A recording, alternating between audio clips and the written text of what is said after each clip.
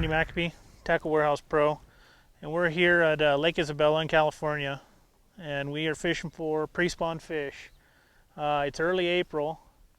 This lake is a higher elevation lake. It's got a lot of snowmelt runoff into it, so it stays cooler a lot longer than most of the other lakes. So we are just getting into April, and it's only 54, 55 degree water temp. And we're trying to target these females as they move back into the spawning areas. And the area I first started at on this lake, there's an underwater canal that runs the whole length of this lake, and it leads right up into where they want to spawn. So it'll draw them fish out of the deep water all through the main lake, and they just travel right up it. The only problem with that is it's long, big, got a lot of turns, and then fish can be anywhere, but they're constantly moving up and down it, so you got to keep on the move until you find them. But typically this time of year, if you find them, they're there, and there's a bunch of them. The bait we're using is a Osprey. It's the rMac. It's a 6-inch bait. It's got a real thin profile, so it gives it a real good head shake. Looks a lot like an injured trout. And the colors, just matching whatever trout color you like to throw. I throw a dark rainbow and a light rainbow is about the only two colors I like to throw.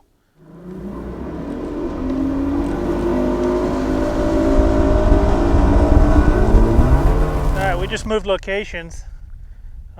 We've come across the other side of the lake to see if any of these fish have started filtering out through the flats. Once the water temperature hits a certain number, they'll just start scattering through these flats. There's a lot of flooded brush, these little transition bakes leading into these pockets and stuff with all the standing timber, and that's where they're going to go in there, and they're going to look for bed and areas and hang out there until the spawn's done, and then they'll turn around and start heading back out the other way, and just it'll be kind of a reverse cycle once they're done. But the best way to see if the fish have moved up in these flats is just cover a lot of water. You know, you might not necessarily catch them real good on a swim bait, but what it'll do is it'll get them to come out of the bushes, look at it, roll on it, or follow it to the boat, and then at least you know the area where the fish have moved to, because these fish are constantly moving until they get to the back. So we're going to give this a try and see if they've moved back this far, and then we'll head back out to some of the more main lake staging areas if they're not back here yet. These pockets don't seem to be the thing where they're holding, so we're going to run back out and start fishing some of the staging areas and see if we can locate them out there.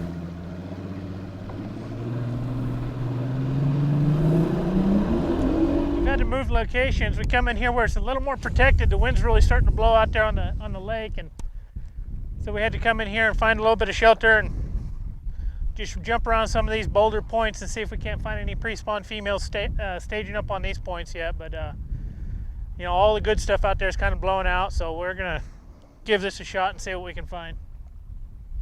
During the pre-spawn this time of year, you know, you don't have to do a whole bunch with this bait. You know, I'm targeting to fish anywhere from 10 to, you know, no deeper than 15 foot of water. And depending on what kind of structure I'm fishing, you know, you don't have to do a bunch but cast it over the top, and it's just a slow retrieve all the way back to the boat.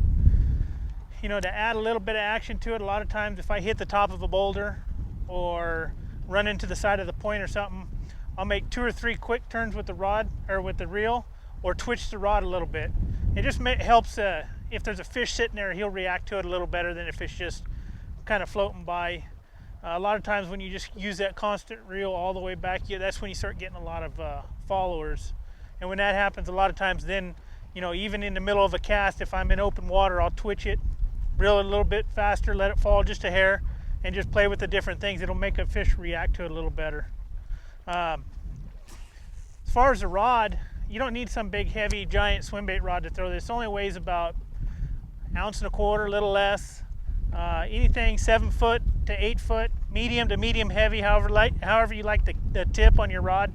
I like something with a little softer tip, so I throw a 795 Dobbins SBMT rod. It's a swim bait mag topwater rod. It's got a good bend to it. That way you can load the bait up and throw it a long ways.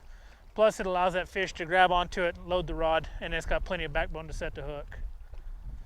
Quick description of the bait is I helped Osprey design this, and it's from the side, it's just, I mean, it's a tournament talent Osprey.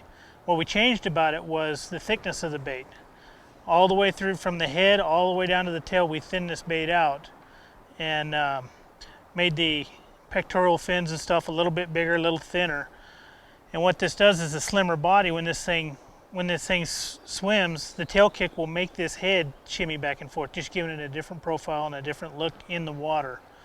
And then the fins at the bottom we made a little bigger, so when you tie to your swivel here and it gets it back, it gets those hook points back there just behind these, and it'll help deflect. It's not going to make it weedless, but it'll help deflect any grass or snags or rocks, whatever you come in contact with. The line I throw this on is 15-pound Lake Fork fluorocarbon, and the rod is a 795 SBMT Dobbins Swimbait rod, and the reels are just a regular conventional low-profile bait casting reel. I don't like them big bulky spools because this bait's pretty light. I like to pitch it around rocks, pitch it up into cover and stuff, and this fits in my hand a lot better. 6:3 to 1 gear ratio. I wouldn't mind a slower gear ratio for swim baits, but usually I'm moving the boat so fast I'm kind of having to pick up for that boat speed too. Because I mean, with these baits here, the moment you think you're going slow enough, you probably need to slow down just a little bit more.